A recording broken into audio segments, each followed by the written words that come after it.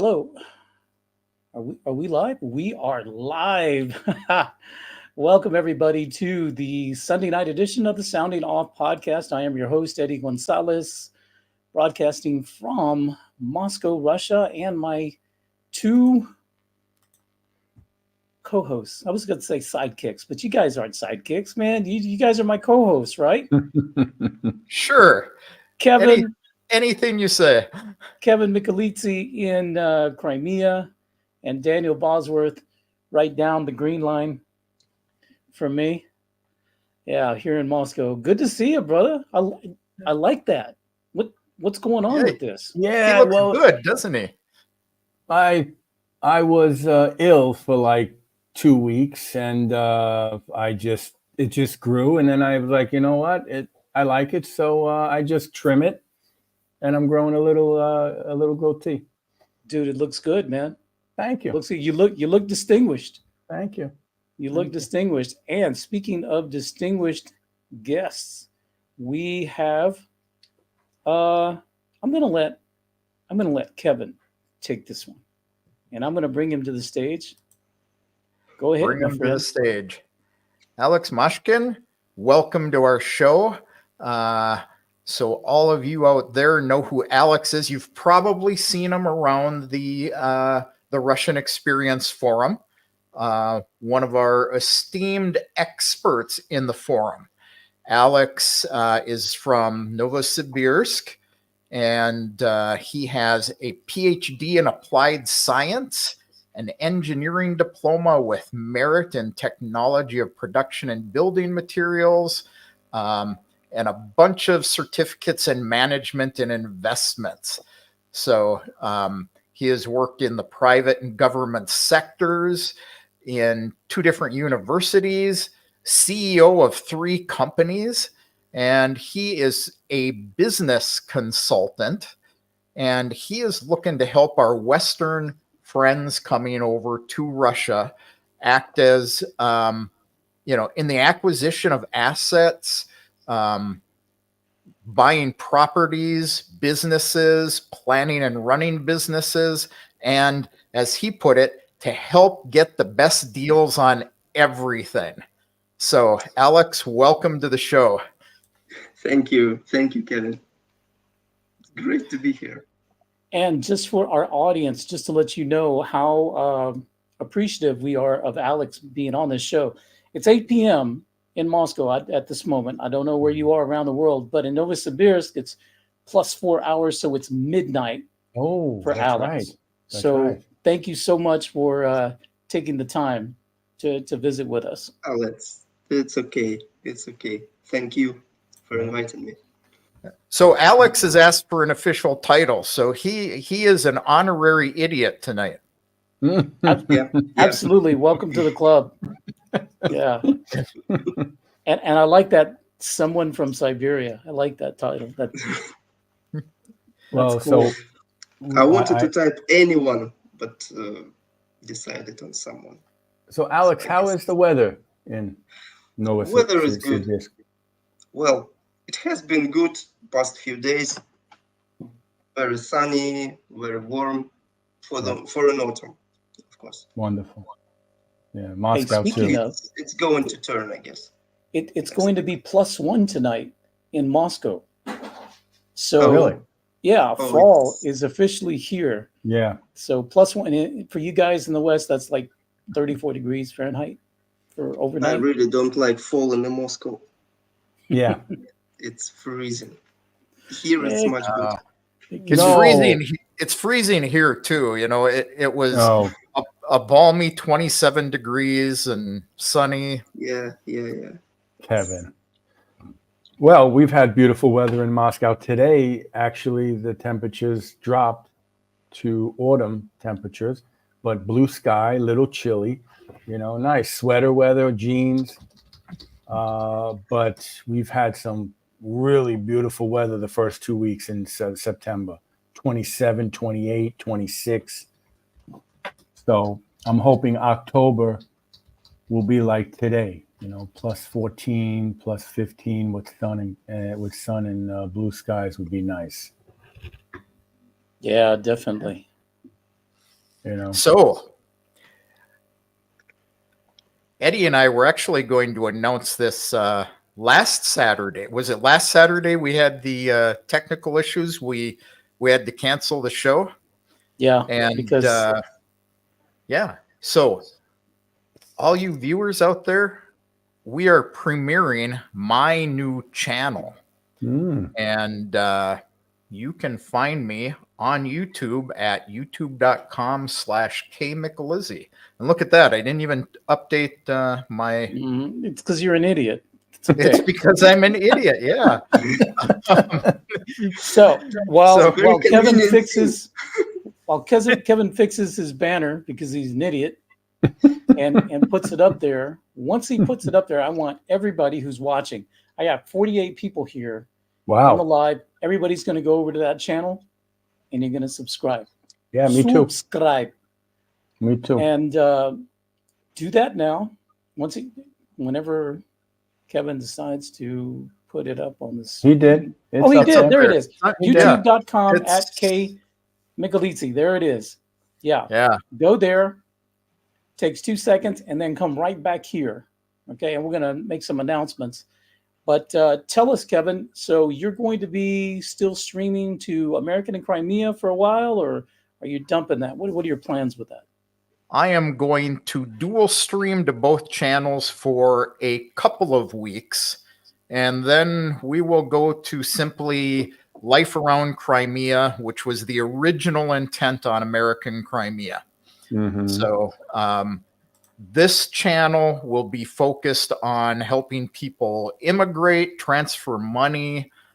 So this will be all the things that my Life in Crimea channel became. That with long consultations with my brother from another mother, Eddie, over here, we decided was the appropriate thing to do to separate the two out. So this is the premier stream on that channel. Woohoo, we got it working then. Wonderful. Yeah. I did not get the premiere videos finished though, because believe it or not, I ran out of credits in my AI video generator app. So I hear you. I hear you. All right. Well, guys, what's the title of this thing anyway? I came up with something and then I come back and Kevin renamed it. What is it? I actually slightly modified it on my channel. It's the same on yours. And I don't remember something about Americans leave your attitudes behind. Something like that. Eddie's I can read Eddie's it title right was now. actually better. Well, thank you. Alex, what was can my you? title anyway? It was Western social attitudes, check them at the door. Russia for Dummies podcast. Leave Western yeah. social attitudes behind. We really need to talk about this. Yeah. Oh yeah. Yeah. So, real quick, guys, the decree from President Putin, I don't know much about it. Is it much easier now for people to come here from the countries that are on the list? Well, it's going to be when everything is in place for that, all provisions. Yeah. You know, that's the thing. We get a lot of comments daily or a lot of questions daily from people about how do they apply? What's the process going to be? What documents do they have to bring? And I'm going to remember the initial list that Olga gave us back, a month ago? Yeah. That said, Olga's list. Yeah. Olga's list. And it said, there you go. That's what we know Absolutely about the nothing. process. Yeah. Yeah, well, we can guess all day, but it will be pretty educated guesses, but no one really knows. Yep. Yeah, no one really knows. Catherine says she subscribed to Kevin. Thank you very much, Catherine. Thank you, We Catherine. got 71 right now in the chat, in the Wow. in the live. So go Wow. right So, here. I'll under expect Kevin's that name. I'll find 100 new or 70 new subscribers on this channel. Absolutely. Yeah. Yeah, I saw I'll some people. subscribe Some too. people are leaving right now, and you know what? They're leaving to go to K Michelizzi to go subscribe, and then they'll come back. Or this many idiots has just driven them out. Too much. Nuda. So The concentration of idiots on one screen. So much absolutely. stupidity in one studio. So let me address this. Matthew and I have a little conversation going on in the background. I will assist you, Matthew, right after this because we'll have to go. I'll have to ask you some questions and stuff like that. So if you're on Telegram, you can send me a message on Telegram there to Moscow Photog. Let me get that banner. Do I have it? Where is it? Find me here. And just make a comment somewhere. I'll see it, and then I'll get in touch with you. So Moscow Photog. This is for Matthew. All right. Yeah, and I'm going to address this too, since Matthew's having things sent to him. It's okay to get a Tinkoff card. Go to a real bank like Spurbank and open an account there. If you want to transfer money from the West, you do not want to do it to Tinkoff, because with several transfers of 75 to 100, 150 rubles each coming into your account, 5 or 6 of them will have Tinkoff locking your account until you prove where your money came from. I've gone through that. It takes about 3 weeks to get your case unlocked if you have the documentation. And in the meantime, they will only let you spend 20,000 rubles a month. That is your sustenance level. So Go to Spur. Go to Spurbank or VTB. Those are the two I recommend. Yeah.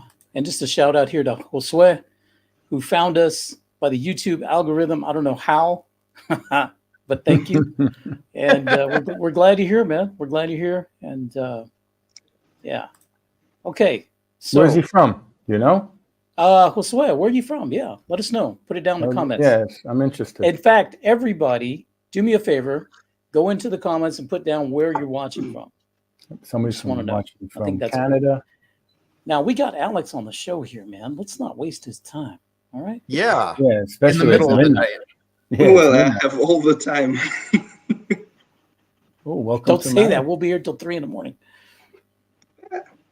Okay, let's go. Mariupol. Mariupol's Hey. watching. Mariupol's in the house. Excellent. The granite guys building the new mosque in Mariupol is the same guy that did my house. Whoa, really? Wow. Yeah. Josue's in Massachusetts. Cool.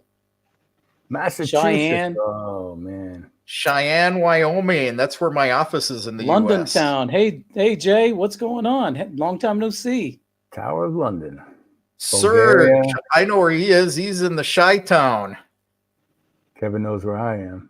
And we got, let's see, Bulgaria in the house. Oh, South South Africa. Africa. Nice. Harashure. Norway. Norway. Catherine from South Africa is actually pretty darn good in Russian. She hasn't been studying that long. But I Who? tell you what, she's a star pupil. Catherine? Yeah, Where is she from? She's from South South Africa. Africa. Mm-hmm. Cool. Hello, Jay. Canada.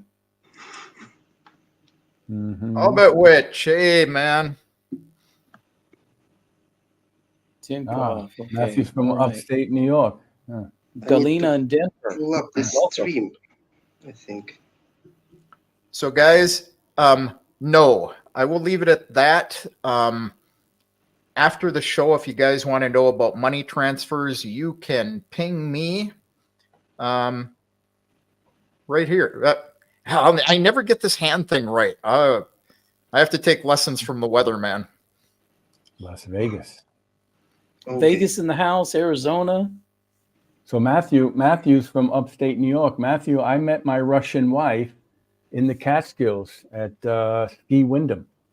Maybe you know the town of Wyndham, Matthew. That's where I met my Russian wife, and we are together for almost 24 years. Very cool. Cool. Jay, she's saying, say hi to Alexei for her. Yeah, they have the same birthday. That's actually my Losha is my granite guy. Cool. So Raymond's asking, question for Dan. I am aware that he plays beach volleyball. What does he do in the winter to stay active? Beach volleyball.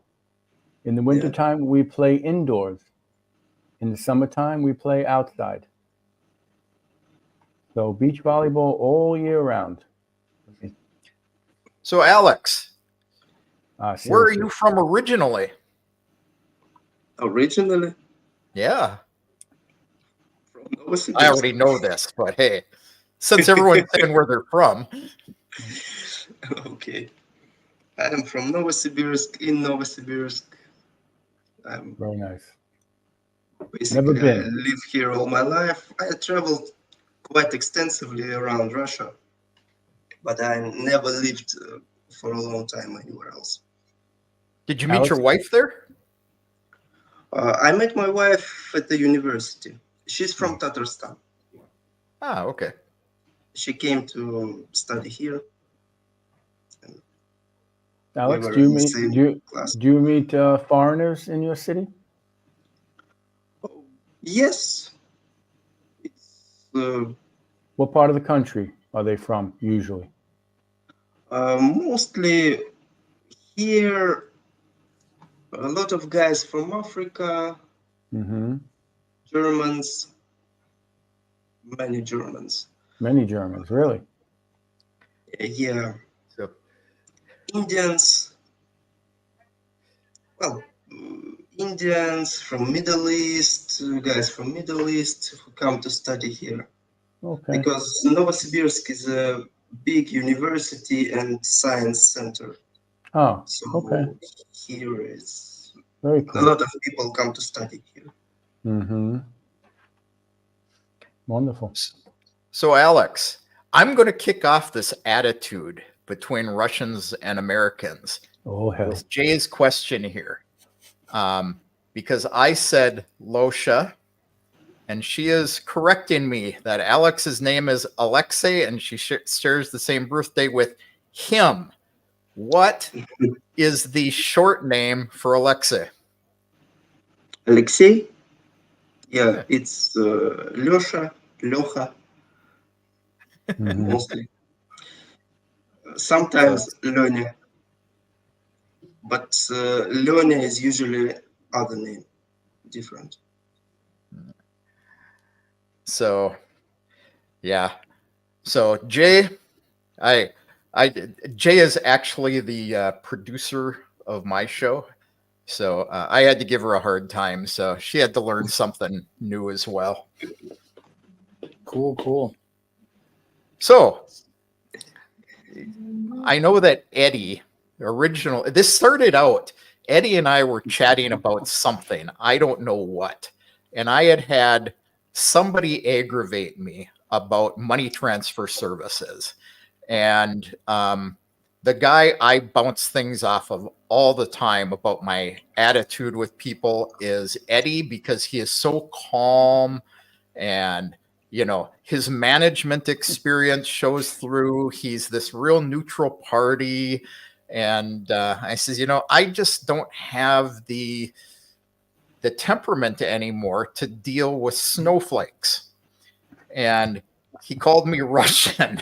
So that's originally what we were going to talk about, is the difference about the, you know, what Americans or Westerners in general expect of people and what they actually run into in Russia with Russians. So, Alex, got any comments on Oh, yeah. you know what you see with Americans? I just recently got to talk to, well, I can't say a lot, but a few dozen, like 30 maybe, Americans who I'm just was talking to.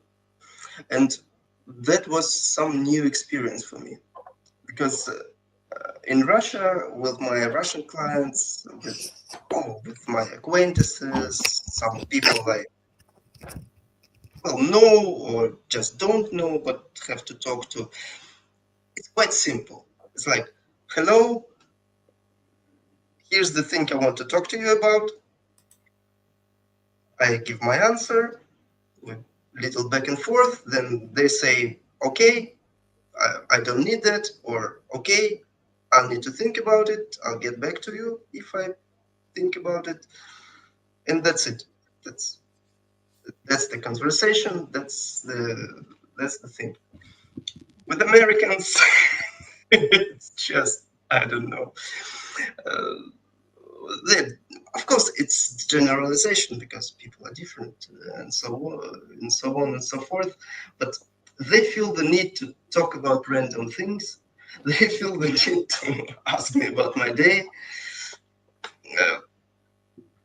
to which I don't have an answer usually, because why do you want to know about my day? What? You don't even know me. What gives? Yeah, that's actually a big one. You know, Americans are always wanting to know how people are, and but the general answer they're used to getting from other Americans is fine. And if you have a Russian friend, you're not going to get the answer fine from them, are you? You're going to get a much bigger answer. You ask me about my day, I tell you about my day. Even I don't see much point in it, but I will, since you asked. And then they get baffled because they don't know how to react to that. Yeah. But the thing that baffles me the most is they first talk about random things, because then we talk about something of substance. And then, out of the blue, they just ghost you completely. Well, not all of them, some of them. And that's it. That's very strange for me, because Russians, they'll just tell you, okay, I'm not interested, but okay. Fair enough, no problem at all. Here, I'm just left wondering what's going on.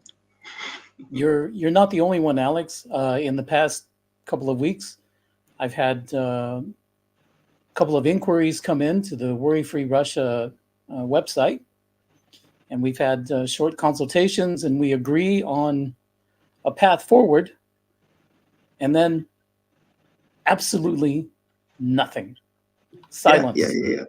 And yeah, you're absolutely right. It's like, tell me. That's the experience I've never had in my life. Correct. Tell me. I'm in I need business more. for 15 years or something. But Right. Just tell me. I need more time to make a decision. I will let you know in so many days. Or just tell me you are no, not interested, or yes. and that's it. No hard feelings. Just tell me. Yeah. Of course, it's business. But Eddie, how do you personally deal with people like that? Well, I'm glad you asked. So, in my career back in the States, I worked in law enforcement, but part of that career had to do with customer service, because we dealt with the public. So as like the public face of our agency, the Department of Public Safety, you have to put a smile on your voice, and you're there to solve a problem. Because why does the public get in touch with law enforcement? Is because they have a problem and they want a solution. So I'm very customer service oriented from a problem fixer point of view. Now, having dealt with so many people, different kinds, some demanding, some are very docile, but the majority of Americans want something done, and they expect you, as the business owner or whoever you are in service, you are to bend to them. So you see this in the videos on TikTok and on X. Somebody is upset with the person behind the counter at McDonald's because their French fries have too much salt, and they go ballistic with something like that. And then they're there trying to calm that down or de-escalate. Anyway, not you, in general, I use a kid glove approach to customer service as like an ambassador. So very tactful, very soft, because Westerners are used to that. And I'm in Moscow, and of course, I want them to feel comfortable to come to Moscow. So they need to be able to relate to me like a Westerner to develop what? Trust, confidence, and my ability to solve their problems. So that's my approach. Now, we don't usually get to the point to where I have to actually coach them when they get here to Moscow and say, okay, now that I got you here, you got to change your mentality. You got to flip the switch. At least a little bit. Flip the switch, because you're not going to survive here with that American mentality that I helped to bring you here with. And the thing is, you go to a supermarket and you're in line and you're next, and you expect the cashier to say, hello, how are you? Welcome to Pitriochka. Did you find everything that you were looking for? It doesn't happen, right? They just kind of look at you, and it's like, maybe they look at you. Maybe they, yeah. And then you'll hear, paket нужен. And you're like, what? Because they'll barely say it. Paket нужен, like that. Which means, do you want a bag? Yes, I would like a bag. Okay, well, they're going to charge you for that bag. Okay, then they're going to scan the bag, and then they're going to throw it in front of you. A little one, a medium one, or a big one? Right. Well, sometimes it depends on the store. Sometimes, depends on the store. Right. And so they just leave it there. It's up to you to pick it up now. And you're going to bag your groceries. And then when they're done, they're going to tell you how much it is. That depends on the store as well. It depends on the store. But it's like very cold. It's going to seem cold to you. It's going to seem impersonal. And it's going to seem rude. Don't take offense to it. They're rude to everyone. The thing is, they're not being rude. It's just business. This is just the way. This is the Russian way. So you're not family. Yeah. You're not family. You know what I love? Yeah. When you have 10 people on a line, and then I would ask the cashier to open another register. And in the States, they'll take the next person who's online. But in Russia, they just, as soon as it's open, the last person is line. Boom.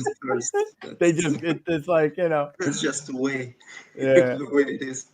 Yeah. I Well, love it. Eddie, Love it. you see, what are you talking about? It's a customer service. Here, when I'm dealing with businesses who deal with clients who come from the street to get a service or something like that, we do it as well. So we do this conflict resolution, we do this, all those things. Well, maybe not to the point as it's customary in America, because no one expects that in Russia.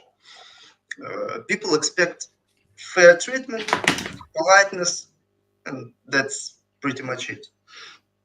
But when I'm talking to people, I expect them to be worthy of my respect, because otherwise I wouldn't want to work with them. So, because my work, it requires mutual respect. I cannot help someone to establish business or to buy good business and run it properly if I don't understand them and if I can't respect them. It doesn't work.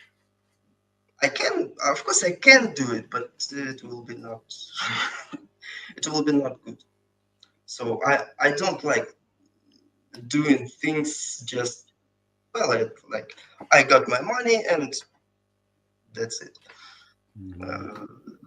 It doesn't work just like that. So I prefer to respect my clients. So I'm trying to do my business this way. But I understand it's a different specifics of the way we do things, because you're in, I don't know how it's called.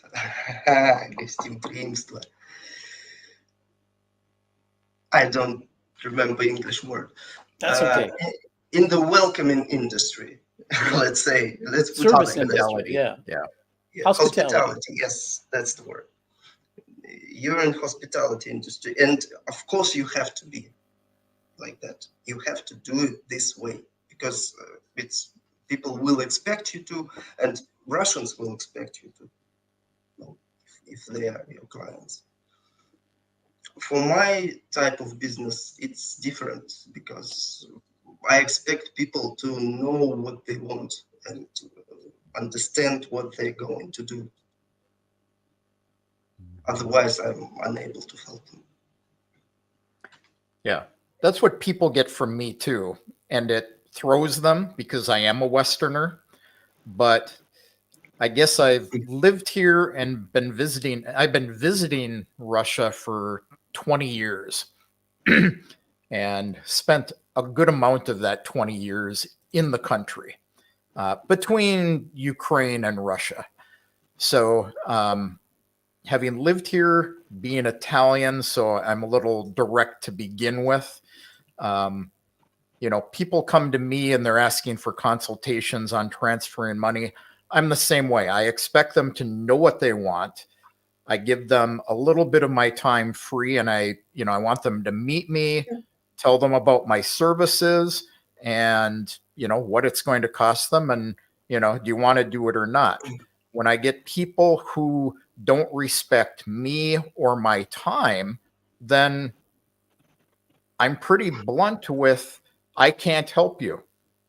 And I get some people who go, whoa, but wait, how am I going to get my money to Russia then? Is it, well, you have to trust me. I've told you who I am, what I do. You either want my services or you don't. If you don't, fine, go to somebody else. So I tend to be very direct with people like that, and it turns some people off. You treat me with respect. Tantrums. Yeah. You treat me with respect, and you can have all the time in the world that you want from me. Mm-hmm. So I have some of my clients out in the audience today. same. Great. Claudio, Yep. we've So- become good friends. He's actually from South America, but living in the United States, moving to Moscow. Wonderful.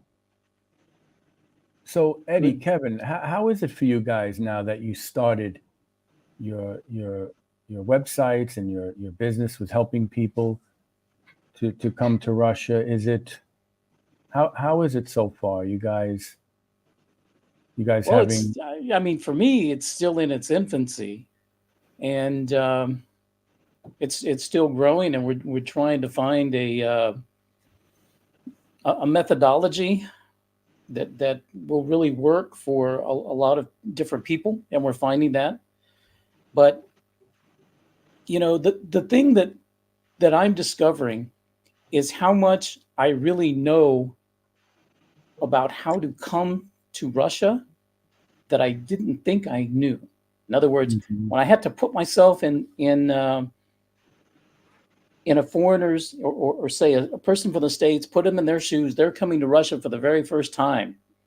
All the things that I didn't know that I know now that can make their visit easier, more simple, less stressful. And so I want to be that friend in Moscow. Okay. You don't know anybody in Moscow, but hey, I got a friend. His name is Eddie. He's going to help me out. Someone to call to. Exactly. Somebody that understands the language, understands and my cat wants to be part of this conversation here. So if I lose my lights or camera or something, now it's my cat. No. But anyway, so this is what we're trying to figure out. Mm-hmm. So we've got a comment here I have to put up here. My thoughts on Paperio. You know who I am. You know what I do. So you have to treat me with respect. So with the mafia boss accent, you know who I am. You know what I do. You know what I do. So you have to treat me with respect. Or you go swimming with the fishies. That's pretty good. That's pretty good. Not bad. Yeah. Daniel can talk that way too. He's a Dago as well. You can just use a Russian accent. And Russian accent is scary for everybody. Yeah, It is. yeah, it is. I forget It the can comedian who was doing a skit about that. There are a few Peter. of them. What's his first name? Peters. Russell Peters. Russell Master Peters. Brani. Yeah. I hired a crew of plumbers from Russia, and they'd come every morning and say, "Hello, Mr. Peter." And I didn't know what they were laughing about. So, Exactly. just for the sake of our audience, Peter, the name is one thing. Pyotr in Russian. Peter with a D is Bundle not of a sticks. good term to call somebody. Yeah. It's a bundle of sticks. Yeah. Thanks, Raymond. I appreciate it. And yes, if you are coming to Moscow, see me about icebreakers. We'll figure that one out. And we're getting a lot of questions out there. I just want to tell people that we will get to your questions. So Moscow. I can give a good tour about restaurants in Moscow. Because then I am going to hire you and fly you to Moscow next time I come. Well, we might be able to arrange that. I love Moscow. I'm here almost 14 years. Yeah, I love Moscow too. It's a big city, many people living here, but it does not feel like it at all for me. Maybe in the mornings, like if I have to jump in the metro at rush hour in the mornings or in the evenings, but otherwise, I just travel around the city and the way it's designed, and it's so open and so many parks and trees. It's so green, and they just, since I started coming in 2009, they've just done so much. Moscow has changed so much. And it's just, I couldn't think of living anywhere else.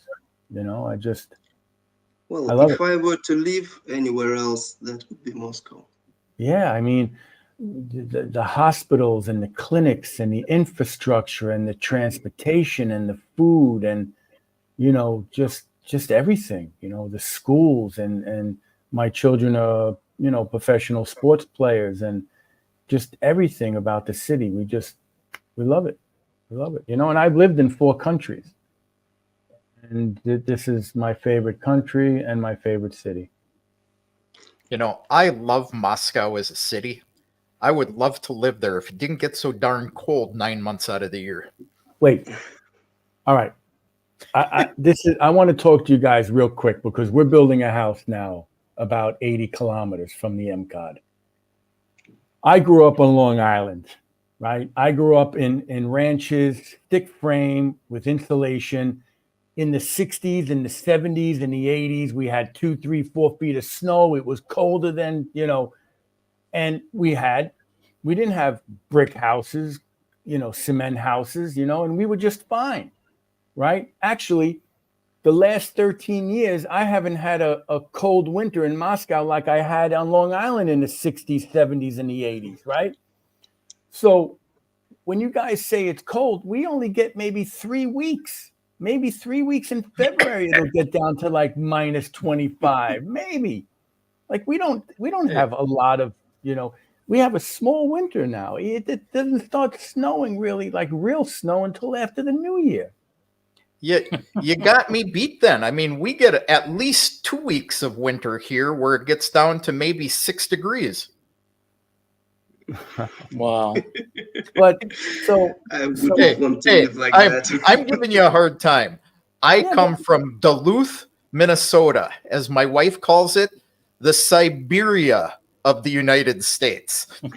that's what I'm saying. I mean, maybe Moscow was like Long Island 30, 40 years ago. Like it was really, snow was starting in November and ending in March. I used to go skiing up in the Catskills by Thanksgiving weekend in November. Now you get maybe a month and a half of snow maybe. But Moscow is not cold. So we're building a house, a beautiful house, thick framing with the thickest insulation you can get for the foundation and for the walls. I don't need to build a $15 million home that's cement and brick and all this stuff. You don't need it in Moscow suburbs. You don't need it. These prefab houses are going up everywhere. St. Petersburg, Moscow, these prefab houses, they're built in the factory. They come to the site a couple of days and you're done. The foundation is put in while they're building the house. They put it together and you have a house. You're not dealing with architects. You're not dealing with the builders. You're not dealing with the stress and the anxiety. How many marriages have gone south because they're building a new house? Right? How many divorces over building a new house? You don't have to deal with all that. You design your house, you sign it, they build it, they put it in, you're done. Poof. By 30 days. If you divorce over that, I think you should have divorced anyway. Yeah. So Alex and I have actually hung out together a lot in the the properties section of the Russian Experience. Yeah, and we've talked to a lot of people about building houses. Alex, what are your thoughts about Westerners and stick frame houses? Well, stick frame houses, with my education as civil engineer, I'm technologist, but I'm still civil engineer. I understand that this house is viable, it's livable, it's okay, it's no problem, it will stand, it's unlikely to burn, although if it does burn, it burns quick. Yeah. But as a Russian, I wouldn't want it. I want good stone house or a wooden log house. That's Russian too. So yeah. that's the thing. Serge, technically the statement about Duluth, Minnesota is colder than a witch's tit in a brass bra. Mm-hmm. Minnesota. Colorful. Minnesota, eh? Don't know what you're talking about, eh? It's all those damn Canadians.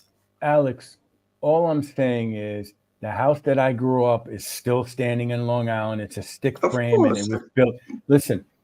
I'm not saying they're bad. It's just But look, what I'm saying is I have 24 sotok, right? I have just over half an acre. I bought the land, and by the time the house is done, I'm looking at like 6 million, right? Why would I want to build? Why would I want to buy property and build a house and I'm in 15 million plus? Why? You know what I'm saying? No, if you're on a budget, you do that. It's normal. It's okay. I'm saying how I feel about it as a Russian. That's it. Right, I know. Many Russians do that now. And Russians love 2 stories, 3 stories, 4 stories because it's all free money to them. All those floors, right? You build the foundation, like they all think I'm crazy because I want a ranch. I like 1 floor. I don't like stairs. I don't like, I like a 1 floor. Yeah, me too. I prefer one floor. Right. And That's- our foundation, our floor's heated. We have no radiators. We have heating in the flooring, and we have a wood burning stove. But we do have a loft. We do have a loft where the kids will sleep, and that's their place, right? But I know Russians are like, Russians say to me, what are you building a one-story house for? The second floor is free. The third floor is free. It's like, you know, I'm like, because I don't want stairs. I don't want a second and third floor. You know, I grew up in a ranch. I want a ranch. And Serge says it's just that you're afraid of heights, Dan. I am. Yeah, just man up is what he's saying. I am afraid of heights. I won't lie. I'm afraid of heights. I'm afraid of heights too. But however, just to support what you're saying, Daniel, I mean, I'm like Alex. You know, we built a gas block house, cement columns, 3 stories. We're on 9 Sotka. So, but we've got 3 stories. We have rooms we can rent and money. We built our banya, put apartments above it. So it's multi-story.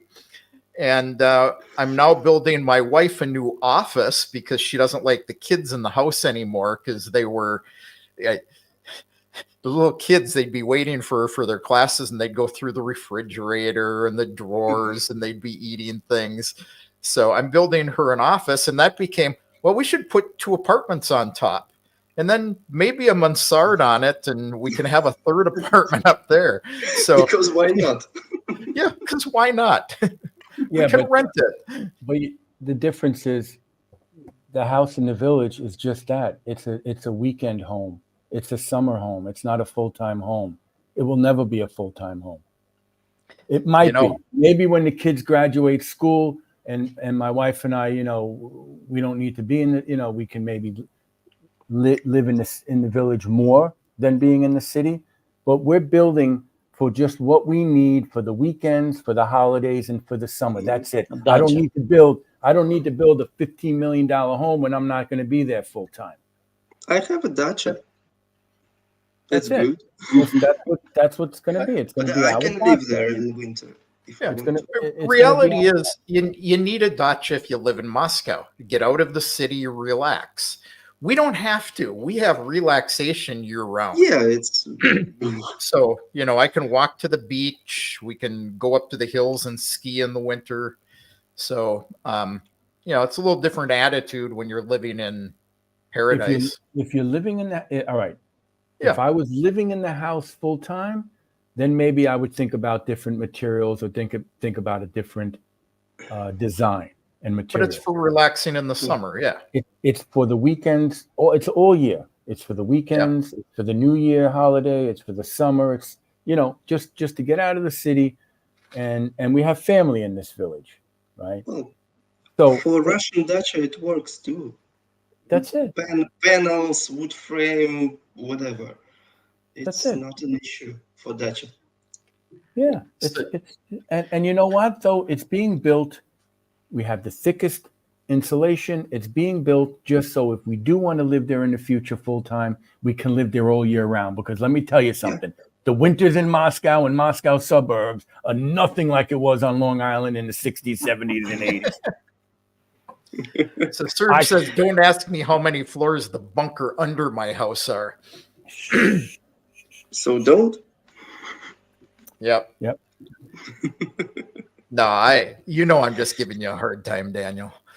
No, listen, and also look, you know, I live my life differently in Russia than I did on Long Island. Okay, my life on Long Island was Monday through Friday. I woke up, I left the house 7 a.m. I was home at 7 at night, right? I had no life. Long Island was the 3rd most expensive place to live, right? And I work Saturdays, okay? I don't want that life. I'm in Russia and I work 24 hours a week. I work 24 hours a week. I have time with my children, with my wife, and I have time for myself. This is the life I want. I don't want to bust my ass and work and have no life to build a $15 million stone house with 3 floors in the village, and I'm not going to have any time to enjoy it. So That's the thing. Maybe ahead, you can Alex. explain to me this thing. Because, yes, there is that attitude in America that work, work, work, work. Yeah. Some people work 2 jobs, 3 jobs, doing all of this 12 hours a day, and so on. But at the same time, they all tend to take time to talk about random things. I don't understand. Because in the one hand, they just about efficiency, they work, they run around and do stuff. On the other hand, there is so much fluff in the way the Americans speak and they in their attitude. Why? How? Well, look, the difference between America and Russia is, in my opinion, okay, in America, it's all about which zip code you live in. At least it is like that in New York and Long Island, okay? The zip code depends on how good the school district is and the hospitals and how much taxes you're paying for a little square piece of land, okay? Mhm. The, 13 years ago, depending on the town I lived in, I was paying $7,500 a year in taxes, and I didn't even have a half an acre. I had under a half an acre of land. The town next to me, they were paying like 15,000 a year in taxes. So what I'm trying to say is, depending on what kind of life you want, where I lived in New York, Long Island, Westchester, depends on how much money you make. Okay. So you have to sacrifice. If you want to live in a nice area, you need to make a lot of money. And to make a lot of money, that means you're working a lot. So you don't have really much time to enjoy your life. You can live in parts of America. Many states in America you can live in, it's not as expensive, but then the salaries are lower. You know what I'm saying? So in Russia, I feel you can live. I'm in Moscow. It's one of the most expensive cities in Russia. Okay. I work about 23, 24 hours a week. My wife does less. We both teach English. And we're living 20 minutes from the Red Square. You know what I'm saying? We have a 3-room apartment, almost 80 square meters. You know what I would be paying in New York City for just my living room? Just the size of my living room here? $4,000 a month. Okay? I have a family of 4. We're eating, utilities. We don't have a car. We don't need a car. We can travel all over Russia without a car. We can go anywhere. We don't need a car. We had 2 cars on Long Island. On Long Island, you're done if you don't have a car. You're not going anywhere. Transportation sucks. No transportation, right? We had 2 cars. I'll tell you right now, 13 years ago, we bought the house 2 months before my son was born. We had 2 cars. We had a mortgage, utilities, food, just the bills, $6,500 a month to live without children. Now, when our son was born, we had to pay $30 an hour for a nanny. $30 an hour to have a woman come and watch 3 days a week, and my mom watched 2 days because my mom is older, so she could do 2 days. Do you know how expensive it is to live in America? That was 13 years ago. 13 years ago. Now, Daniel. So what about Alex's question about why Americans have so much fluff in their speech? I think you just proved his point. It was perfect. I'm trying to explain, I'm trying to explain to the many Russian people that I meet and that I know that think the grass is greener on the other side, leaving Russia and moving to the West. Well, maybe 40 years ago. But now, today, it's even worse than when I left 13 years ago. I talk to my family and friends in America. I have friends that live in Europe. And they cannot make it. They cannot make ends meet. They don't have enough money to pay their bills. They're not making enough money to put food on the table. Why? Why? That's the big question. So Disciple of Christ says Russia is a cold climate, so talking too much wastes body heat. Okay, but you still haven't addressed why, when Americans speak, are their words so full of fluff rather than getting to the point?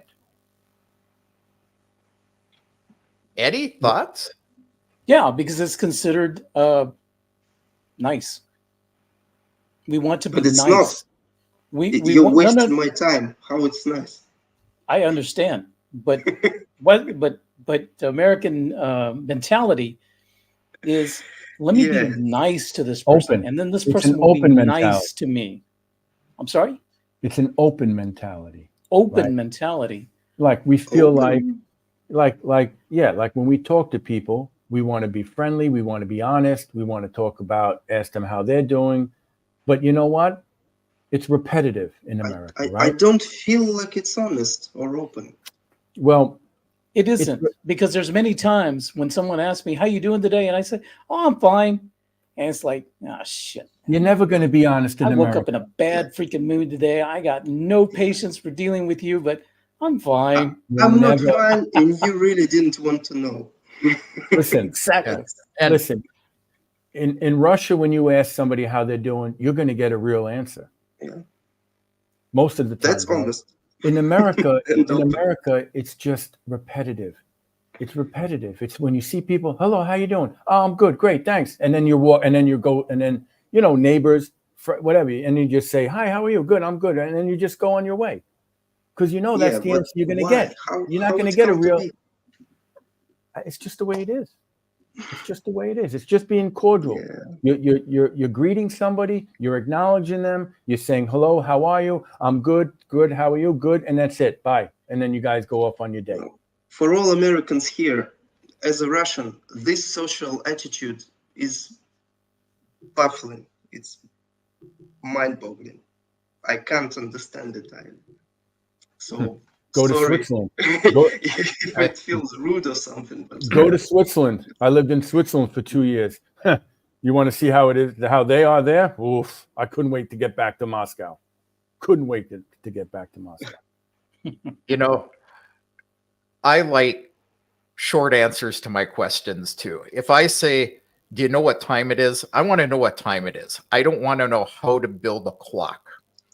But in defense of Westerners on this, I know that I see it in my own wife. I see it with people around me all the time, Russians, where, they're going to talk about something and it turns into a 20-minute conversation. So I don't fully understand that either. So I do see it, but I do find that Russians to be much more direct and to the point. Mm-hmm. Oh, yeah. We love to talk about things. We love to share opinions, especially we are opinionated. We love to argue about things. Whose region is best? And so, but when we are talking business, we're talking business. That's different things. Yeah. And what about Americans who come and are loud and gregarious? How do, question for Alex, how does that, if you were to meet one like that, whether online or in person, what goes through your mind as a Russian? Well, I'm just writing it off. It's American, all right. They're like that. When I meet people like that and I interact with them, I speak very quietly. I'm always speaking quietly and calmly. So if they interested in talking to me, they have to go to my level. Otherwise, there is no conversation, so they just can't interact with me. That's how it goes. Listen, I'm an outgoing person, you know, like I love to talk to people, get to know them. You know, I don't like the texting and the emailing and the social media shit. I like face to face talking and really getting to know people. And this is what I do in Moscow. I've been doing it for now 17 almost 14 years. That's just who I am. You know, I go out to get some milk at the store, and then I'm back in 30 minutes later. And my wife looks at me and says, "Who did you talk with? Or who did you meet?" That's just who I am. I'm in Fukusville the other day. I'm talking to a girl. She's Russian. She speaks good English with a British accent. We're talking for like 20 minutes in Fukusville, right? My wife's shopping. Her and I are talking. We have so much to talk about. Talking about politics. We're talking about current events. We're talking about life, you know? And then people are walking by and they hear the English. They hear her, you know, I guess they know she's Russian. I'm American. And then you have people walking by and some are interested. And one guy stopped. I had my dog with me and he was trying to speak English. You know what I'm saying? So, but Daniel, your conversation was of substance. There Yes. was something you were Yeah. talking about, something, not just fluff, right? Pleasantries and fluff. Right. And that's how I am. When I'm talking with people, I'm usually talking to them about, you know, substance, about something that's, you know, relevant and serious, you know. And don't forget, English is interesting. Many Russians learned English in school, but never actually have a chance to practice. Yeah, you know, so it's attractive.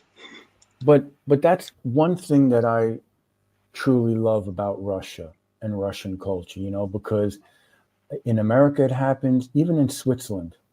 I lived in Switzerland for 2 years, and it's the same thing. You're walking past each other, you get to smile, hello, how, you know, they're cordial. But Swiss people, man, are very difficult to live near, with, and near. Neighbors calling the cops on each other, the dogs barking, somebody's doing this, somebody's doing. They're very strict and they have rules. But when you see them in public, they smile, they say hello. But those same neighbors that smile and say hello to each other, if they live next to each other, one won't hesitate to call the cops because the other one's dog is barking. You know what I'm saying? My wife and I were recycling on Sunday. We took the glass. We thought we're doing something good. The guy opened the window and says, "What are you doing? It's Sunday. We don't make noise on Sunday." You know what I'm saying? Like in Switzerland, they had no problems telling us what we were doing wrong on the train, wherever. You know, but at the same time, you walk past, you're in the store, they smile, they say hello, blah, blah, blah. You know, so every culture has its, it's a cultural thing. Its ways. Yeah. So George says Americans are like a peach, soft outside and hard inside, and Russians are like a coconut, hard outside but soft inside. Yeah, there's some truth to that. Things that can be said. You know, look, people are living their lives, right? They're going from A to B. They got things on their mind. They're getting to work. They're going to get, you know. Do they want to stop and talk to a stranger? You know, like, and talk about like stuff that's not relevant. You know what I'm saying? Like so with some cultures, it's not normal to talk to strangers or to smile to strangers or people you don't know. You know, it's not normal. In America, they'll smile, right? They'll smile, walk past you, they'll say hello, and then once they, you know, and you'll keep going, and then boom, they'll stab you in the back. You know, it happens all the time. They're friendly to your face, and then they do something behind your back. That's evil. That's very rare. At least from what I know, from where I am, where I've been, it's extremely rare in Russia to have this kind of stuff. I don't know, Kevin, Eddie, how do you feel? Do you feel like? No, I agree. It's right. It's crazy. It's crazy. And that's kind of what maybe Brian Reinhold Jr. Thank you so much. But with U.S. income over 230,000, I would imagine that's per year. I'm sick of how little that buys post-tax and expenses. The time versus money factor is a huge plus when considering move to Russia. Yeah, I agree. And I think that's what, you know, that's what we've all kind of discovered is that you can simplify here, downsize, Yes. and even downsize your salary because the cost of living is less Yes. and your quality of life is just up.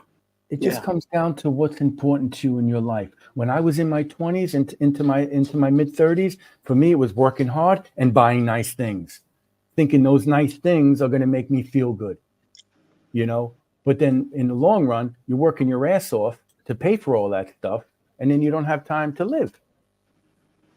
You know, so you have to. There's a point in your life where you have to decide what's important to you. What's important to you? Your health, your family, right? Time for yourself, time with your family? Or is it work, work, work, work, work, make all this money so you can buy all this meaningless shit that you think's going to make you happy, and then all it's doing is making you work harder because you have to pay for it. It's a cycle. There was a good comment, Eddie put it up some time ago, about Americans want to be understood for who they are. Well, for me, it's some kind of insecurity because It could be. It could be. here I am who I am, I like things, and take me as I am, take me for who I am, this thing. So me. It all Listen, goes to that, in my opinion. It comes down to the individual. It comes down to the individual. Yeah, of course. If you're secure, with yourself and you don't have to show other people, right? Yes, that's what it comes down to. That's what I was going for. Right. This way of life. There are Russians like that who likes buying fancy cars and stuff. Yeah, but you know why, Alex? There are considerably less of them. Well, but listen, I think it's just a mentality because of, the 90s, the Soviet Union, and then through the 90s, I think my opinion, when Russians now are successful, they want people to know. They want people to know they're successful. And how do they do that? They buy expensive cars. They dress, No. It's not like that. Maybe not in Novosibirsk, but it's like that in Moscow. People who are really successful, they don't care much about those things. Well, in my experience, they don't care about what? About showing off some whatever. So then tell me, why do people buy 10 million ruble cars? Mostly those who do that, it's either they need to have it for their business or something to look like, present a picture, or they're successful, to look like they're successful. Not really successful. It's just like that in that environment. I know people who do that. They don't really like it or want it, but it's just everyone has it, so you need to have it too. Sort of like the Joneses in the States, trying to keep up with the Joneses, as they say. My neighbor has it. Yeah. Or it's people who didn't really earn their money. So it's corruption. It's children of the people who actually earn their money. It's this stuff. Because people who actually earn their money, they don't feel the need to do that. Well, listen, it's my experience, right? Of course. Right, but everyone lives their life the way they want, right? I don't judge anyone. I have no right to judge anyone.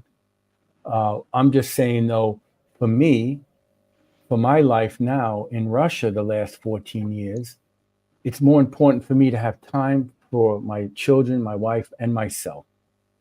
I don't need all the things that I thought I needed when I was in my 20s and into my mid 30s. Because that's not what makes me happy.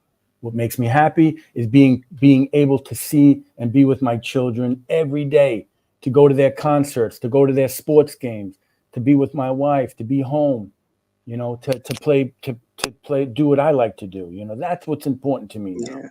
not an expensive car. I'm walking around. I got holes in some sweaters that I'm wearing. You know what I'm saying? Like, what's important for me is to make enough money so we have a roof over our head. We go on vacations, you know, not lavish, not you know, expensive ones, but just to have memories with family, right? That's what vacations are for, to make memories with your family, and to have you know, food on the table, and just the things we need, just the things we need in life, right?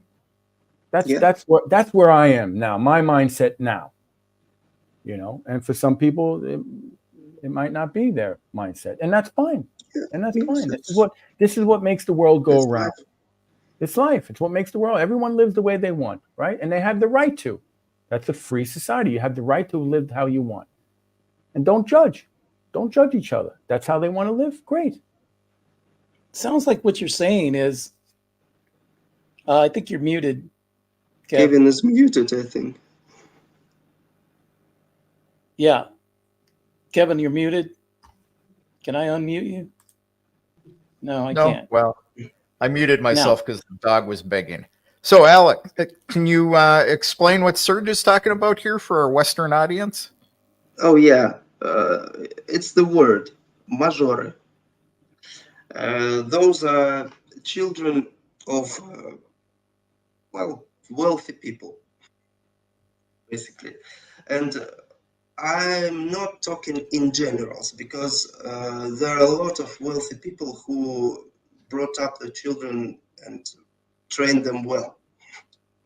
So those are not this.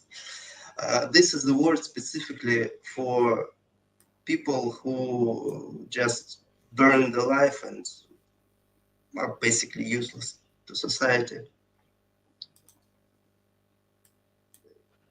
Do drugs, buy fancy cars, get into accidents, and so on. Christopher, thank you.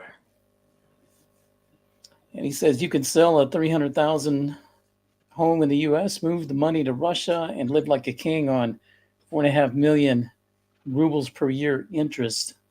Get out now. Yeah. Well, it's an exaggeration, but not a far one. Not a far exaggeration. No, but get out now. And if you get out now before it's too late, and we can help with that. So, hey, Eddie, we've been going on for an hour and 15 minutes, and we got a pile of questions in the queue back there. Let's hit it. Okay. Good, Raymond. Well, we talked about getting out. Excellent. We talked about this already. Don't go to Tinkoff. Go to Spare or BTB, or even Alpha. I like Alpha. Tinkoff now is called T-Bank. Yeah, T-Bank. Yeah. And they can be a problem in general. Yeah, that's not. And what a coinky dinky. It says when one becomes a VIP banker, the assigned handler of one's account, are they bilingual in the case one is not fluent in Russian? My VIP banker is fluent in English as well. My Alpha Bank VIP banker speaks English. My Sberbank, my VTB bankers do not. I actually find it's pretty uncommon outside of Moscow anyway. Or maybe other big cities too. It's not like they're required or not required to speak English. They just assign their best managers to the VIP clients, and best managers tend to speak at least some English. That's just a matter of education and interests in life. Go ahead, Kev. You want to bring one? At Raiffeisen, our VIP banker spoke English. Well, here's one for Alex. If a Westerner was to travel to Novosibirsk with only basic knowledge of Russian, would it be possible to get around speaking English? I answered it in the chat, actually. Novosibirsk is the third biggest city in Russia. It's a scientific technological center. it's English is pretty common here. It's Yeah. not unusual. How long is the flight from Moscow? 4 hours, something like 4 hours? Not So bad. about the Is that- same is to that- Crimea. Yeah. So, Alex, if we come and visit, you can show us around. that. Of course. Do you have a couch that opens up to a bed? I think all Russians have a couch that open up to a bed. Yeah. So Eddie, I think you and I were talking about that. I told you About the what? only one I have in the house that speaks English is the dog. Yeah. So Serge wants to know, Daniel, does your dog speak English? Yes. Yeah. We rescued our dog when he was 2, Archie. He's 9 now, and he's bilingual. Yeah. My My dog, cat has I learned speak to him in English. He Russian. speaks to me in Serbian. Is Yeah, that with an Bulgarian. mine accent? understand. Yeah, mine's bilingual too. So I find that it's like Bulgarian sounding. Any other questions? oh yeah, I was letting Eddie pick from the list I here. was sorry, I was not in the start. Let me get back there again. Okay. So well, I'll put Matthew one up. says, Oh, okay, well, I got this one. My Russian friends are type B and they are not used to the type A American personality, but they will love you either way. Well, I know some type A's here. It's There's plenty of them. And some Yeah. of them that you really have to watch for are the quiet type A personalities. And I think you've got probably 4 on the screen right here, some more vocal than others, some maybe more quiet, but you see an opportunity or whatever, you're going to kind of go for it. But that's a majority of a lot of Russian males here. I don't know of any lazy Russian males. I mean, that I've met personally. well, I'm sure there are. I know a few. I haven't met them. Yeah.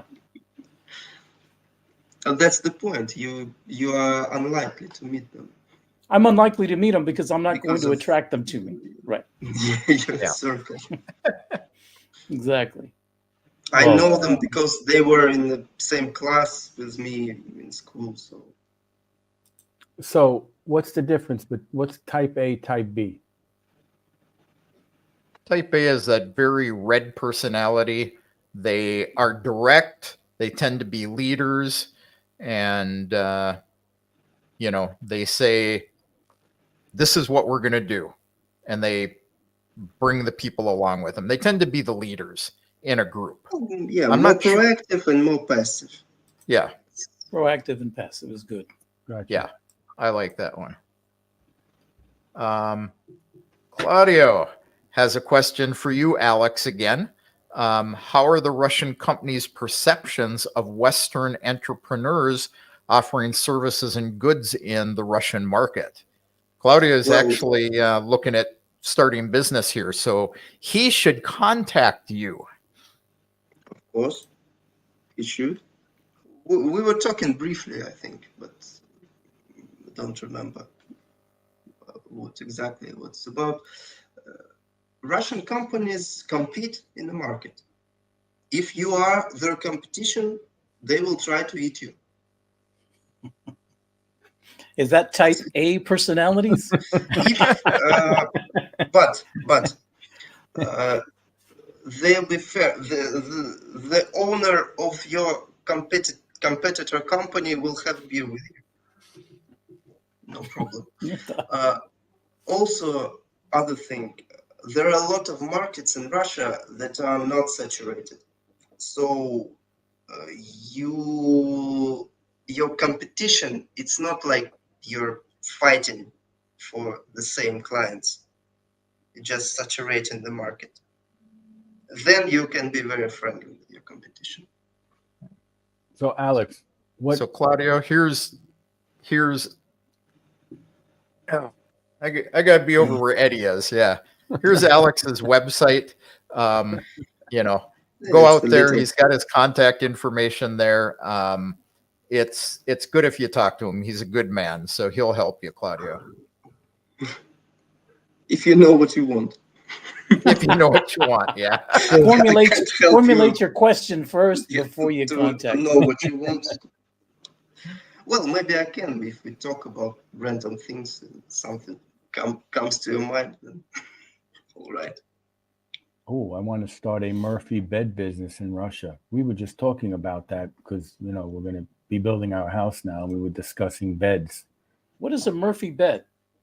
Yeah. The ones that come down, they're They're attached like in a to, wall, and then and then they, yeah. and then they Okay. come down. Yeah. Well, Yeah. there are those things in Russia. They are not extremely popular. I don't remember if I ever saw one in someone's house, but there definitely are those things. So if you are looking to popularize them, you got your work cut out for you. But they're brilliant. They're brilliant. You put them up, and then you have the whole room. It's free. Too much hustle. Too much what? Too much work. Too much It's hassle. too much he says. hustle. It's Too much hassle. yeah. How would you put it? How would you install that in a flat though, with concrete wall? That would be. I think it would take. No, up well, it doesn't have to more be room. in the wall. It doesn't have to be in the wall. No, yeah, but it's going to take up some space either way. Yeah. Well, if it's in a bedroom, it's gonna go up, and then you're just gonna have. Well, in Moscow, it can be a good thing because there are those micro apartments and this stuff. So there it might go. So Dingbat I says, just personally never saw one. Yeah. No, I haven't seen one. People don't need them. I haven't seen one either. so Dingbat says they're called Morfovsky beds in Russia. Who you calling dingbat? You're going to. Just Hey, diversification. Be careful. He fits in with us, Daniel. Oh, that's his name, dingbat. Gopher. I didn't see it. I'm like, who you calling dingbat? Somebody's being rude. Oh, Alex, why do Russians hang carpets on the walls? Well, as it used to go, it's just the wall looks nicer because in the older times the walls, the houses were logs put on each other, and all the walls were like Gotcha. very. But I see it in dachas. I see it in dachas now. Yeah. Or It's just a SMT. tradition. It's So looking nice. I don't know. that dates Just- back from the Soviet Union. Just for J Tulip. No, Tradition. it predates Soviet Tradition. Union. Some It rugs are predates Soviet Union. It's just a tradition that was forever. So I have a question here, and I'm going to put it up simply because it's also going to come with a warning to Disciple of Christ. Blood type. What is it? Disciple of Red, my blood type is red, just like the rest of the people here. However, if you don't get off of y'all should be conscripted into the military, and gee, you look nice, you should go and be conscripted into the military, I'll ban you. I am not nice like Eddie. No, absolutely. I was waiting for one more, and then I think he I was mentioned. going to send him to the front. I to think have he some- I mentioned. send him to the front. Yeah. He mentioned my son was going to have to do 10 years. It's not Yeah, 10 years. that's not cool, man. Not 10 years though. It's what is And it? it's not 10 years either. It's 1 or 2 years, right? Right. 1 year, One mandatory. Yeah. 1 year mandatory service, 1 year. or Yeah. 2 years alternative service. I did 4 years in the U.S. Army. Regardless of whether you have Russian ancestry or not, Disciple of Christ, we don't play that here. Sorry. So, Not sorry. do you guys know who he is, or is he new to the? No, I don't know. Just He just says he Just has Russian somebody who's shown ancestry, up so- and he's being disrespectful. So That is your final warning. When it comes from Eddie, Bye-bye. It could, Bye-bye. but it could be a translation. What is it called? Lost in translation. lost in translation. Well, I'm saying he was- he might not be a native English speaker, and he just might be. No. It's this guy is being belligerent. yeah, when he says been Brian for a Reinhold while. Jr. Yeah, when he says Brian Reinhold Jr. looks like he's young and strong, so he should come to Russia and be sent to the front, he's being disrespectful. He says, "I have Russian ancestry. What are you talking about?" All right. Well, where does he live? He has Russian ancestry. Where does he live? He now lives on the front. You went to the playground. Yeah. And Raymond So says, be careful what you ask for, man. Raymond wrote, "We need to bring back military service in the U.S. We have lost the discipline and it provides." Well, Raymond, I don't know. Do you see the 18 and 19-year-olds that are running around America right now? I don't know about. I want to talk about this real quick, because the younger generation, I'm talking about right now, the 19 to 29, 30-year-old crowd, whatever that is, is it Gen Z now? Whatever you call them. And to the last part of my career with Department of Public Safety, as we're getting new young recruits in, right? With and purple hair and pink hair. They're coming into the young ranks. You can't discipline them like you and I were used to being disciplined when we started out. Okay. Mm-hmm. Somebody calling you in and chewing your ass and reading you the riot act. And then you guys shake hands and then you go out the door, right? Mm-hmm. You go do your job again. You can't do that with these guys.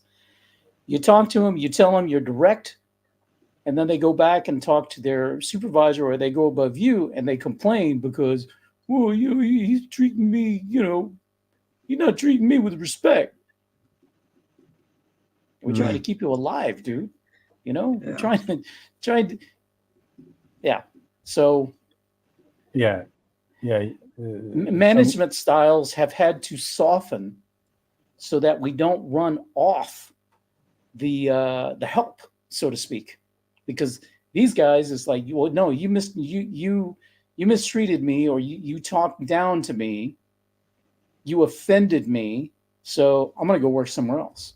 I was in basic training in 1988, Fort Knox, Kentucky, for 6 months. If I told you what the shit they put us through for 6 months, you try putting someone, this generation now in 2024 through the 6 months what I did? Hell no. Hell no. It's a different generation, man. There's no way. They locked me and a guy in a closet for 20 minutes because we were laughing at another drill sergeant. We started laughing, and he's banging and kicking, locked us in these lockers, and we're kicking for 20 minutes and banging. That's nothing compared to what they were doing to us. You think the kids today, the generation today, can do that? Yeah, I don't know. My son turning 18 next month. I'm talking about in America. I'm not talking about Russia. I'm talking about the generation now in America, the ones that are coloring their hair purple and pink. Yeah, no. Russian teenagers, young adults, are not the same as Americans in the same. They're different generation. Yeah, they're different. But from what I can see, they're smart. They're tough. They're all right. So kids are all right. The kids are all right. Listen, my son's 14. My daughter's 11. And they play professional sports, how their teammates act at 11 and 14, how the kids act in the schools. And I teach English. Most of my students are school children. Nothing like what I'm seeing in the West, what's going on. When you see kids, having a fist fight with their teacher, just And it could be a female teacher, a male and a female teacher, and just bang. What is that? That's- Crazy. Yeah, no, there's no respect. This younger generation in America have no respect for the elderly. They have no respect for their teachers. Pull a But stress that's a card. deeper cultural problem because it comes from the family. It comes from how they were. It's a combination. Brought It's up. a combination. It's the kids, unfortunately, are being programmed, and they're being in school starting at 5, 6 years old. So, it's not just at home. Yes, both parents have to work. Probably it's too expensive. So who's raising them? And then they're being raised by teachers in schools, and these teachers that they're hiring.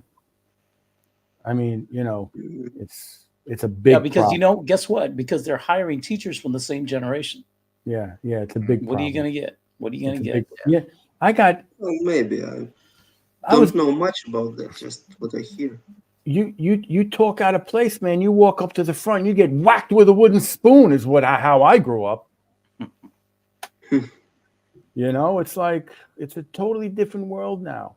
Or the one I liked is when the teacher would call you to the front because you did something wrong, and she would take that plastic or wooden ruler, and you had to put your hand out, and they Yeah. okay.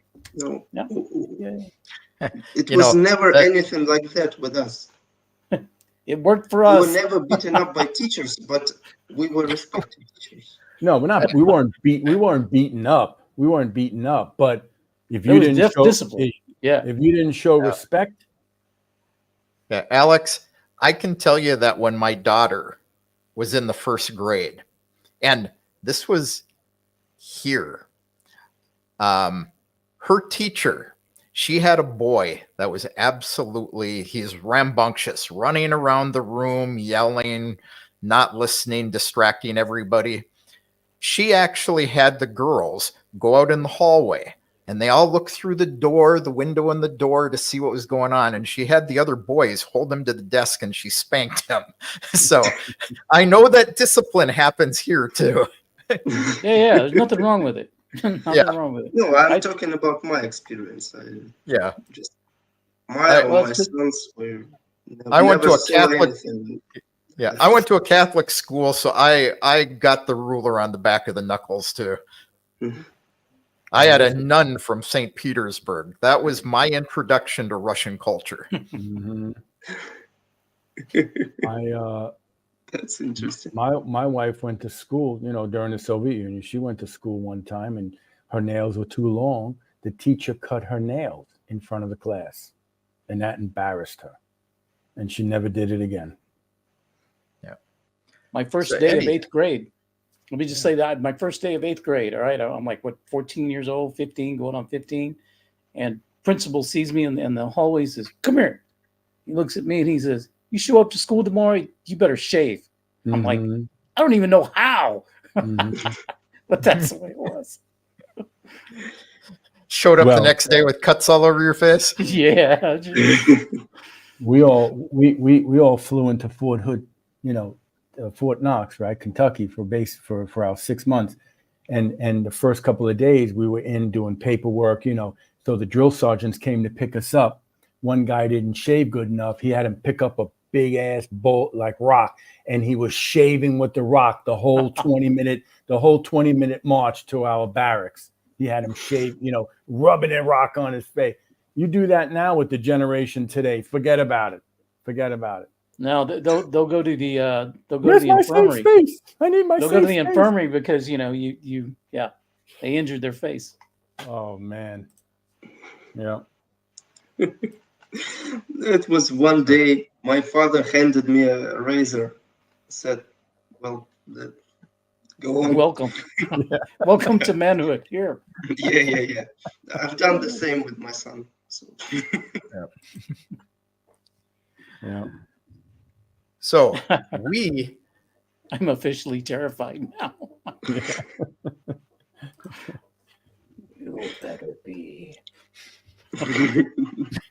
You have to be sufficiently terrified. So, Another question. hey, Or what? yeah, another question. This just requires a comment. Last time I tried to be social, I subjected a poor Russian lady to a rant about how the US killed the Greek yogurt industry with its fat regulations, and now even Russia lacks the real stuff. You know what, dude? You need to buy Crimean. We have real yogurt here with real fat in it. It actually comes from Krasnodar region. It's I always think of the oligarch in Ukraine, Kolomoisky. Kolomoisky. Yeah. But it's a brand of yogurt. It's got real fat in it. You'll like it. Well, we have no problem getting any type of yogurt here. Yeah. You know, sour cream, real, food in Russia, real sour cream. Russians Sour cream, are not afraid of fats and butters and just mayonnaise, Americans don't know real what sour cream mayonnaise. Yeah. All right, So- let's whip out these questions here or comments that we've got starred. Okay. Odious Wright. How you doing, pal? Have you heard the news about Chantel Hare's family that they got scammed twice and now don't have a place to live? What? Have you guys heard that, Eddie or Daniel? I have not heard that. No. This is news to me. Yeah, No. I actually was aware of that. Tim and I had a conversation when they came last December. They rented a house from somebody, and they contacted both Tim and I for advice on this. They said, well, we've been waiting for 3 weeks to be, for our registration at the house to come through. And this is what we warn you guys about all the time when you come here. You need to be aware if the owner of the house is willing to register you. The guy told them that his daughter worked for immigration and he was registering them for him. They gave him a story. They never did get registered. And apparently, from what I heard, I don't know the accuracy of all this, but from who I heard it from is somebody very reliable that actually deals with people renting properties that will register them. But they didn't get registered again. So I don't know where they're living or what they're doing right now, but they've gotten bitten by the registration thing twice. I do understand that they got asylum. So I'm not sure what their legal status is in Russia right now. Oof. But make If sure they got you asylum- find somebody who can rent you an apartment that's willing to register you. It takes them 5 minutes to do it online. They type your passport, your migration card number in. They get a receipt they can print out to give to you. And then it can take 3 to 10 days for them to get the official registration back for you. And they can print that out and give it to you as well. So they can do it online, but it has to be the owner of the property. Are they working with Timur? They were actually working with Sveta Rose. Oh, well, they're in good hands. Yeah. No. Yeah, I see. So I have, I've got starred back here a bunch of questions about money, and I'm going to put them up here briefly. I'm not going to take this show because I talk about this all the time on my stream. Canada doesn't allow seniors to transfer their pension to Russia. Nobody in the West allows you to transfer your pension to Russia. Set up a free 15-minute consultation with me on my website, and I can tell you how we can deal with that legally. So westoffreedom.com. And are there government-regulated crypto exchanges in Russia similar to Coinbase in Europe? The best you're going to do here is Bybit, but if you're an American, you cannot register. If you're a European, you cannot register. You have to have a Russian or a Russia-friendly passport to register on the site to buy crypto and exchange it, but you will be limited to P2P, which I do not recommend people use because it's risky. If you're okay with the risk, it's fine. Again, if you want to talk about it, set up an appointment on my website, and I will be glad to give you a free consultation. Yeah, so guys, whoever's listening and is interested in that, Kevin helped me last summer.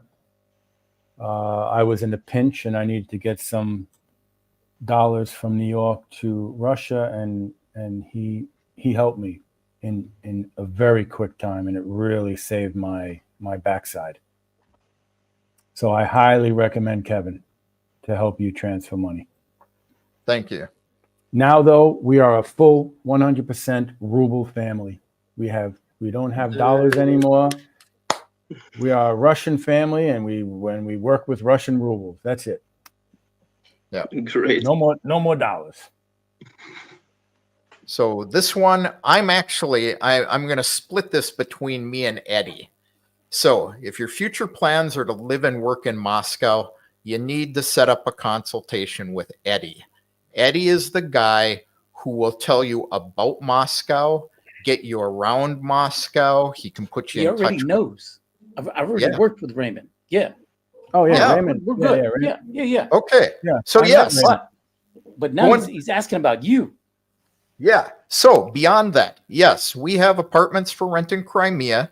If you want to come on vacation, my contact information again is I don't know. We have a banner here somewhere for me. Somewhere. Here we are. Ping me there and we can set you up. We do rentals and not a problem. Guys, and we actually report it to the tax people because my wife teaches their students. We don't get away with anything. So, question, Chantel Hare, where are they? Are they in Moscow or Moscow suburbs? Do you guys know? They're in Moscow somewhere, or Moscow suburbs. Right. I don't know. I haven't talked to them in a while. Well, Alex Neo says Chantel Hare uploaded a video today about being desperate and desolate.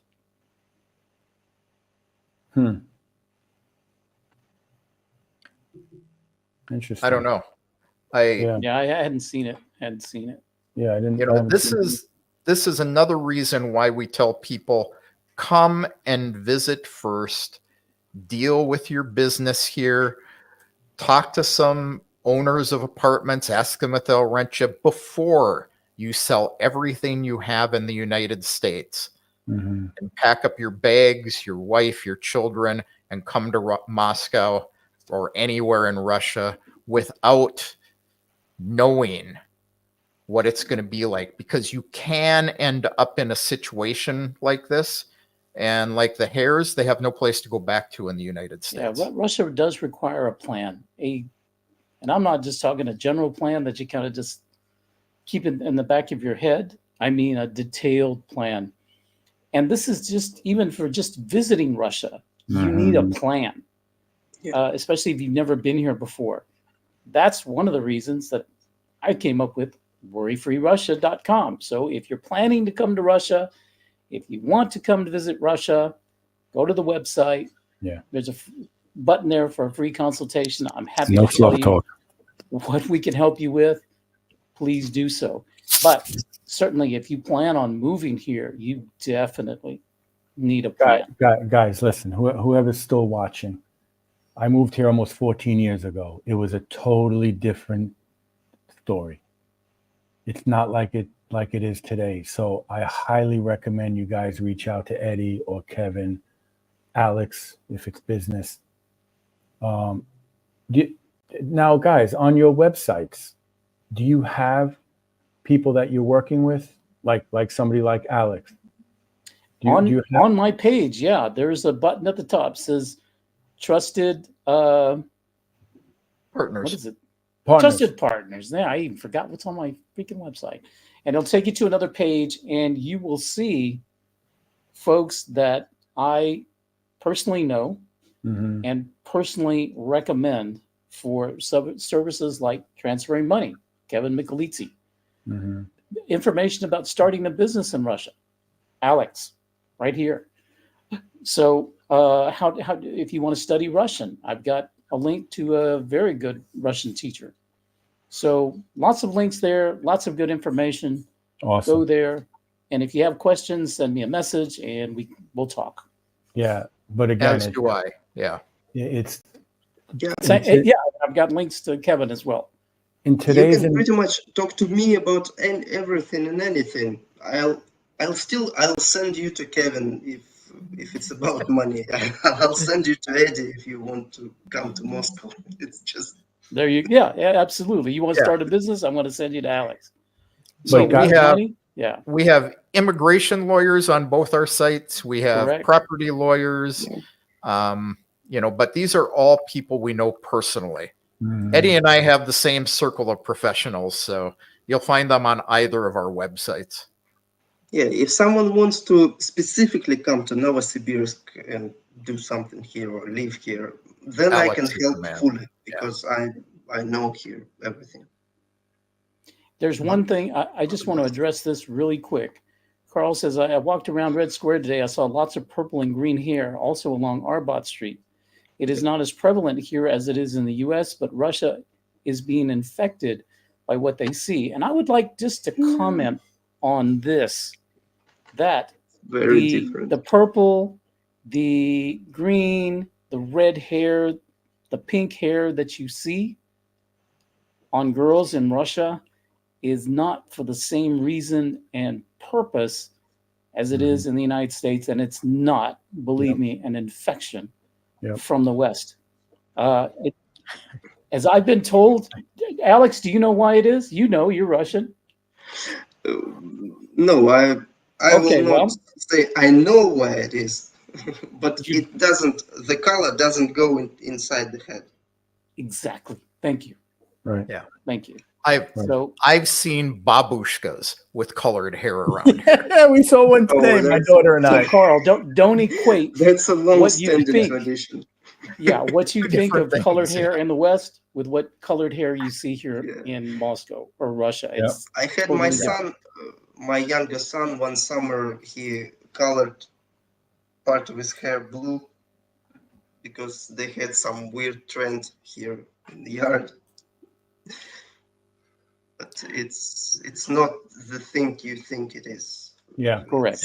Correct. So let's take a fun one here. Do you mean you could have a bomb shelter under your house? I could. I am in an area that gets shelled and drone attacked on a regular basis. But whether I do or not have a bomb shelter under my house, that's between me and my contractors. Well, that's not a question you ask and expect an honest answer to. Right. Right. And this Right. one here, grannies have purple hair dye to using wrong type of homemade dye. It's not Yeah. intentional. Yeah. As I said, it's a long-standing tradition. It comes from the Soviet Union. Yeah. Purple. Yeah. Because my daughter and I were waiting for the bus and there was like an 80-year-old woman with purple hair. We see it all the time in Moscow. Yeah, Serge. Yeah. Back Yes, in the yes, yes. 1960s. Yeah. So it's different here. So to go on that, the fashions still worry him. There's definitely more of that these days. You know, I found that fashion in Russian women goes back for decades as well. You want to comment on that, Alex? I mean, it's not uncommon to see women in high fashion, high heels, makeup, right? Yeah, it's all over the place. If we're talking fashion, it's all over the place. Younger girls, they have their own thing right now, which I just that's that's that. But the important thing is that this fashion, it's just that, just this kind of trends, and they're wearing stuff. Yeah. It's not like that. It's not woke or LGBTQ or anything like that. Yeah. Of course, they're young. When you're young, you are sympathetic to those things like those people who feel oppressed, feel bad, and so on. But it doesn't stand for long. But unfortunately, you know, there's a lot of influence from YouTube, social media. There is, but there isn't. It's hard to explain because how can I say it? They have good cultural fundamentals. Yeah. Good cultural baseline to which Moral they values. Yeah. always fall back to when something goes in their life. Mm-hmm. So most girls in Russia, they don't mind and they want to be mothers. They looking to be wives, and that's Well, That's how it I goes. colored my hair gray. Yeah. That's your story, and you're sticking to it. I'm sticking to Well, it. Right? I've I made- started on that road, but I made a it's, homemade dye, and it came out gray. So I got to wait till it comes out. Yeah, me too. And it won't rinse out. Yeah. Not rinsing out. I don't know. It's 10 years now. I don't know what's going on. This hair color thing is it's a thing in the West, and it has a meaning in the Yeah. West, not here. here And, it doesn't. Well, And then also there are some for whom it does, but there are such a small Few. minority. few. Yeah. Yeah. It's So- just So- fun, Daniel. So here's one for you, Eddie. That's true. Moscow hotel that actually handles migration cards correctly. You know, I myself, not being a resident there, Well, could probably name a dozen of them, but this is Eddie's department, or Daniel maybe even. I can So- recommend hotel in Moscow, but I don't know how they handle migration cards. But I Well- assume they handle them well. a migration card is something that a hotel will not deal with other than asking for you to produce it because they need it to register you at the hotel.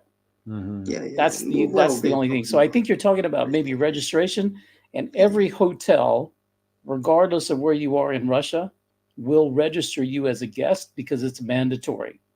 So you don't have to worry about that. Hotels, you don't have to worry about it. What you have to worry about registration is when you're renting from a private person, either an apartment or something like this, because now the owner is responsible for registering you. Hotels, you will not have an issue with. Or if it's And I have- extremely seedy hotel. Yes, but probably one look at it from a Yeah. Westerner, and you won't want to stay there anyway. So I- don't worry. I would about I would add this: ask them to print out a copy when they've registered you.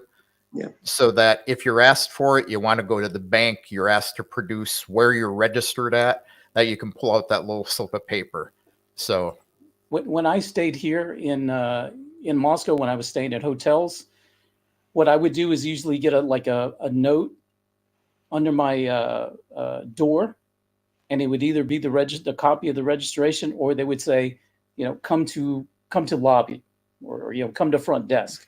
And I go to the front desk, and they say, here's your copy of your registration. Yeah. No big deal. Guys, I recommend maybe if there are still more questions, maybe we should do a second video to answer because we're going on like 2 hours. Yeah. We're gonna yeah. wrap this up, but if It's you a have long questions time. Kind of getting late. It's If a you long have time questions- for a live. about any of that, hotel stays, how to get here, how to go to Moscow, right here, worryfreerussia.com. And no fluff talk.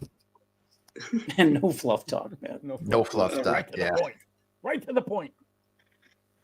And if they want to know about moving money, Yeah, you go to right here. Where is it? I'm looking for it. Where are you, dude? Boom. I'm in Crimea. Oh, West2freedom.com. West to freedom, baby. West2freedom is your friend. And if you have questions about business in Russia, here's where you want to go and talk to this man who has been so gracious with his time for 2 hours, because now it is close to 2 a.m. in Novosibirsk? Yeah. Oh man. And It's, if you want it's to do getting late. Спасибо. Yeah, and if you want Спасибо English большое. lessons, oh wait, if you want to have a fluff conversation, just write to me. Call me. Go to this guy, Moscow Settlers. You can have all the All fluff right. conversation you want. so 2 things, and I can handle this real quickly. Go for it. Yes, Magnit stores in Krasnodar has yogurts. Most stores have real yogurts. It really isn't a problem finding the real thing. And this is a closing question for particularly Alex. How many grams of shashlik can you eat in one time? Depends. If I'm drinking, it's a lot. Drinking If I what? don't, it's maybe 300. If I'm drinking, it's close to 2 kilograms. I'm going to go have some shashlik with you, Alex. Oh, And I my bet he gosh. can make it very well. I know I I'm can. sure. I can. I'm sure. I'm sure. All right, guys, we are Road trip. approaching 2 hours. Any closing comments, guys? Well, I want to say thank you for inviting me. Thank you for everyone here in chat. Alex, thank Oh, you. thank you, Alex, for no fluff talk. for no Alex, fluff talk and Straight for to the coming point, on so man. late. Awesome. Yeah, weatherman. What's the weather like in Moscow for the next today week? It's actually going to get warmer. We're going to get into the 20s again. But today was absolutely beautiful. Fall day, crisp, blue sky, sun. It was nice, beautiful. Where is here, Moscow. George? Kevin's Kevin's site site does not work here. Yeah. Where is he? Actually, it's got to be an error with whatever you're doing, George, because it's actually hosted in Moscow. But if necessary, you can go to west2russia.ru and it will take you there as well. west2russia.ru. Mhm. Closing comments, Kev? All I can say is thank you, everybody, for coming. Reach out to us. If you can't get either or any of us, all 4 of us, on websites or something, ping us in Telegram. We're all over the place. And we have a banner for that too. Let's find it. Here you go. We're all hopping around over here, or can point you at Daniel. I don't know if Daniel's poking around in there or not, but ask gotta get say, Daniel. Yeah, I'm going to join it. Yeah. yeah. So if you go there and you just post, where do I find the idiots? They will point you right at us. Yeah. So Absolutely. All right, guys. Thank you all so Right much for being with us for almost 2 hours Yeah, 2 on hours. the Sounding Off podcast for Sunday evening. That's it. there's this time limit. So I will finish up. Change or charge the join battery, us. you idiot. That's typical. Should have happened. So I'll close the show for him, since I know what he was going to say. Thank you all for coming. Join us again next Sunday at 8 p.m. Moscow time, 1 o'clock East Coast U.S. time, or whatever your conversion, and we will see you then. So that said, Paka. Spokane noche, Alex. Spokane noche. Спасибо. Spokane noche.